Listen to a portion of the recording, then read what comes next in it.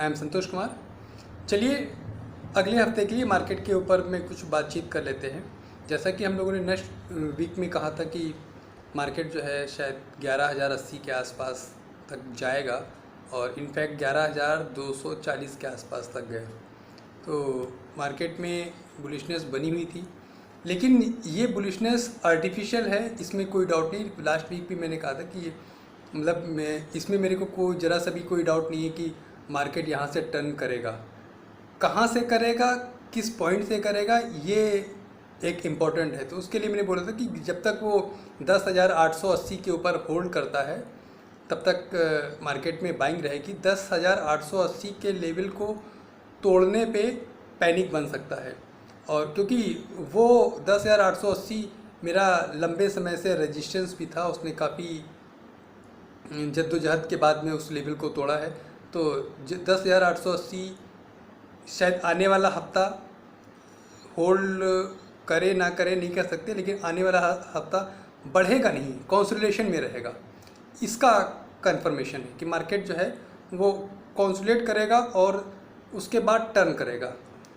ये जो डेटा में और भी डेटा में दिख रहा है उसके बिहाफ पे हम अपना व्यू शेयर कर रहे हैं कि ये कंसोलिडेशन के बाद यहाँ से टर्न करेगा। जैसा कि गोल्ड 1900 का लेवल तोड़ दिया। मेरा लंबे समय से गोल्ड का टारगेट था, करीब 18 महीने 2 साल से पहले से, कि 2050 से 2250 के बीच में जाएगा, और अगर 2050 की बात करें तो हम उसके बहुत करीब हैं। और उसी प्रकार सिल्वर भी 24 से लेके 26 के बीच में, तो 23 पॉइंट समथिंग के आसपास तो सिल्वर ने भी टच किया था। तो गोल्ड और सिल्वर में ये तेज़ी ये दर्शाती है कि मार्केट जहाँ पे ये है वो आर्टिफिशियल लेवल पे है, वो वहाँ से ब्रेक। और भी कई सारे पॉइंट है ना। अब कितना अगर मार्केट के देखेंगे तो इसमें मार्केट के रोकने में या ऊपर ले जाने में अगर रिलायंस के पॉइंट को निफ्टी से हटा दे तो शायद मार्केट का लेवल वो नहीं रहेगा। अकेला रिलायंस ही मार्केट को काफ़ी ऊपर ले गया है, बाकी लोगों का पार्टिसिपेशन उतना नहीं रहा है। अभी जो वीकली डेटा के चार्ट पे जो सेक्टर वाइज देखेंगे तो आईटी सेक्टर में, जैसे कई हफ्तों से बोल रहा हूँ कि आईटी सेक्टर में बुलिशनेस नज़र आ रही है, क्योंकि डॉलर इंडेक्स यहाँ से मजबूत होगा। बल्कि डॉलर इंडेक्स अब तक के मतलब जो मार्च में इसका बॉटम था उसके भी नीचे चला गया है, उसके बावजूद आईटी सेक्टर नहीं गिरा है। इसका मतलब मार्केट में डॉलर जो है वो स्ट्रॉन्ग होने वाला है। तो डॉलर के स्ट्रॉन्ग होने से मार्केट नीचे आएगा, इसमें भी कोई डाउट नहीं है। तो कई सारे पॉइंट्स ऐसे हैं। तो आईटी मेरा बुलिशनेस रहेगा आईटी से, निफ्टी आईटी में, और निफ्टी इंफ्रास्ट्रक्चर जो है वो थोड़ा सा बुलिशनेस दिखा रहा है। उसके अलावा कोई ऐसा सेक्टर नहीं है जो बुलिशनेस दिखा रहा हो।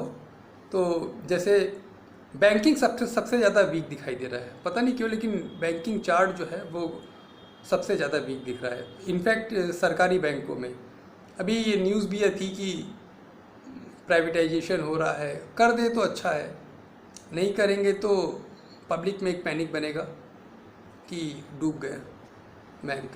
तो उससे अच्छा है तो कर दे, तो वो ज़्यादा अर्थव्यवस्था के लिए भी अच्छा है, साइकोलॉजिकल स्तर के लिए भी अच्छा है। तो बैंकिंग में एसबीआई, अब देखिए सारे बैंकिंग को अगर बात करें तो सारे बैंकों में नहीं दिक्कत नहीं है। एसबीआई ठीक है, एसबीआई का प्राइवेटाइजेशन किसी भी कीमत पे नहीं होगा, बाकी छोटे बैंकों का हो जाएगा, उसमें कोई। तो बैंकिंग में सरकारी बैंक वीक है। निफ्टी पीएसई सेक्टर जो है वो स्ट्रॉन्ग दिख रहा है। तो मेरे को इस हफ्ते केवल 3 सेक्टर स्ट्रॉन्ग दिख रहे हैं, निफ्टी आईटी, निफ्टी पीएसई और निफ्टी कंस्ट्रक्शन, मतलब इंफ्रास्ट्रक्चर, निफ्टी इंफ्रास्ट्रक्चर वाला सेक्टर वो थोड़ा सा। बाकी इनफैक्ट जिसमें मैं लंबे समय से बुलिश रहा हूँ, फार्मा, तो फार्मा मेरे को कंसोलिडेट करके रिट्रेसमेंट लेता हुआ, मैं इसको बेयरिश नहीं बोलूँगा कि ये यहाँ से अब इसकी तेज़ी ख़त्म हो गई, ऐसा कुछ नहीं है। वो रिट्रेसमेंट के तहत नीचे आएगा। तो जो लोग फार्मा की रैली मिस कर चुके हैं उनके लिए एक अपॉर्चुनिटी होगी कि वो उसमें एंट्री कर सकते हैं। और मुझे एफएमसीजी भी मेरे को वीक लगता है, और जितने बाकी के सेक्टर हैं वो सारे मेरे सेक्टर को वीक करते हैं, खाली ये 3 बुलिश दिखते हैं, बाकी वीक दिखते हैं। तो ओवरऑल जितना लास्ट वीक में मैंने बोला था कि मेरे को कई सारे सेक्टर बुलिश लग रहे थे, जैसे ऑटो है, मेटल है, कई सारे थे, तो इसलिए मैंने कहा था कि सर निफ्टी जो है वो 11,080 के लेवल तक तो जाएगा ही जाएगा। तो वो वैसा ही देखने को मेरे को मिला। लेकिन इस वीक में मेरे को इन 3 सेक्टर के अलावा और किसी में बुलिशनेस नज़र नहीं आ रही है। अगर हम निफ्टी की भी बात करेंगे तो अब अदर कंट्रीज़ की वर्ल्ड इंडेक्सेस को देखेंगे, उसकी अपेक्षा निफ्टी में बहुत ज़्यादा गिरावट नहीं हुई है। गिरावट की तो बात ही नहीं करेंगे, मतलब मेरे को लगता है कि शायद वो अपने को होल्ड करा हुआ है। बाकी इनफैक्ट नैस्डैक जो है ऊपर से 500 पॉइंट गिर चुका है, 11,080 से लेके 10,450 पे उतरा है, तो 500-600 पॉइंट गिर चुका है। जापान काफ़ी गिर चुका है नेक्स्ट वीक, सॉरी जब इंडिया और जापान बस थोड़ा सा वेट किया है। बाकी ऑस्ट्रेलिया हो गया, डैक्स, फिटसी, कैक, वो सारे अच्छे खासे गिरे हैं ना। इनफैक्ट चाइना मार्केट काफ़ी गिरा है नेक्स्ट वीक में, हांगकांग गिरा है। तो केवल 2 वर्ल्ड इंडेक्सेस नहीं गिरे जिसमें इंडिया और जापान है, बाकी जितने भी है यूएस में भी, वहाँ से में भी गिरावट देखने को मिली है। और अगर क्योंकि पूरा वर्ल्ड इंडेक्सेस यूएस मार्केट को फॉलो करता है, तो अगर मंथली चार्ट पे जो भी टेक्निकल पर्सन हो वो उसको चीज़ को चेक कर सकते हैं कि मंथली चार्ट पे बेरिश पिन बार जनरेट हो रहा है नैस्डैक के ऊपर में। तो वो काफ़ी इम्पोर्टेंट है, वो मार्केट का ट्रेंड रिवर्सल सिग्नल होता है। दूसरा, अगर हम बातचीत करेंगे कि यूएस में इलेक्शन 3 नवंबर को है, तो अगस्त, सितंबर, अक्टूबर 3 महीने बचे हैं। दुनिया का कोई भी बड़ा से बड़ा इन्वेस्टर या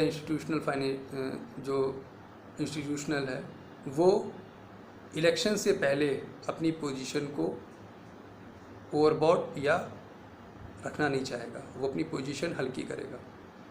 इंडिया में भी इलेक्शन होता है, अगर वहाँ की बात नहीं समझ में आती है आपको, तो इंडिया के इलेक्शन में देखिए कि हर इलेक्शन से पहले मार्केट हल्का होता है।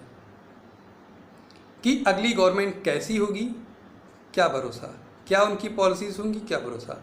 और अमेरिकन मार्केट या अमेरिकन कंट्रीज़ के ऊपर तो, जो कि पूरी दुनिया में गवर्न करता है, क्योंकि ड्यू टू डॉलर, क्योंकि डॉलर का इफ़ेक्ट सभी पे होता है, तो उसका इफेक्शन पूरी दुनिया के मार्केट पे पड़ेगा।